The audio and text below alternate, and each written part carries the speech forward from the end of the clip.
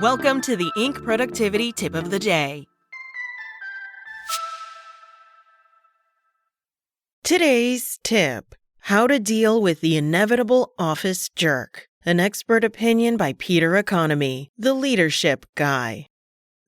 There's always at least one in every office. The employee who regales everyone with crude jokes. They are full of gratuitous insults or off-color commentary. Research shows that a shocking 80% of employees say their workplace is toxic. You might try to just ignore this coworker and be the bigger person. Perhaps you avoid them. Fake a smile. Or use up your own valuable mental resources and actually befriend the bully. What's easy to forget, however, is that silence is not strategy. It's permission. There's some good news.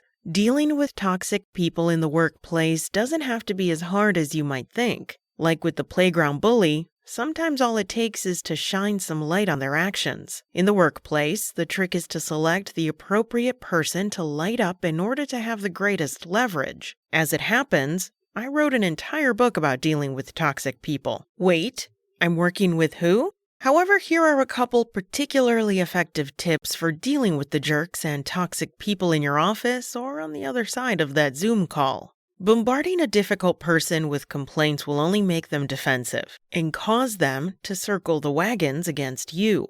A more subtle and healthier intervention is the indirect version. It works particularly well when the behavior is annoying the entire group or in a social setting. Let's say someone from a different department, a friend of one of the members of your team, joins one of your meetings. Then they start making crass or inappropriate comments. Call them out of their bad behavior right then and there, neutralizing the situation, aka a direct intervention. Then take your employee aside after the meeting and explain how that kind of behavior is not tolerated on the team. Ask them to convey that message to their friend from the other department. Why does this work? Simple. The jerk will be more likely to listen and change their behavior when it comes from someone whose opinion they value and want to impress. They might be willing to tell you to get lost, but they're a lot less likely to do the same to a friend or acquaintance. If the difficult person is a coworker and the behavior continues even after you try to calm, direct conversation, it's time to start going up the chain. Talking to your supervisor in private is not ratting them out. Instead, it's professional escalation. Escalating a problem, one you should document by the way, to your manager or higher-ups is by far the most effective way to affect change and stamp out bad behavior. By doing so, you're going directly to the person who has the most vested interest and power to stop it. You've already done the hard part by documenting your case. Now you are going through the most effective organizational route to get something done. It's not the playground anymore. Be an adult. Speak up.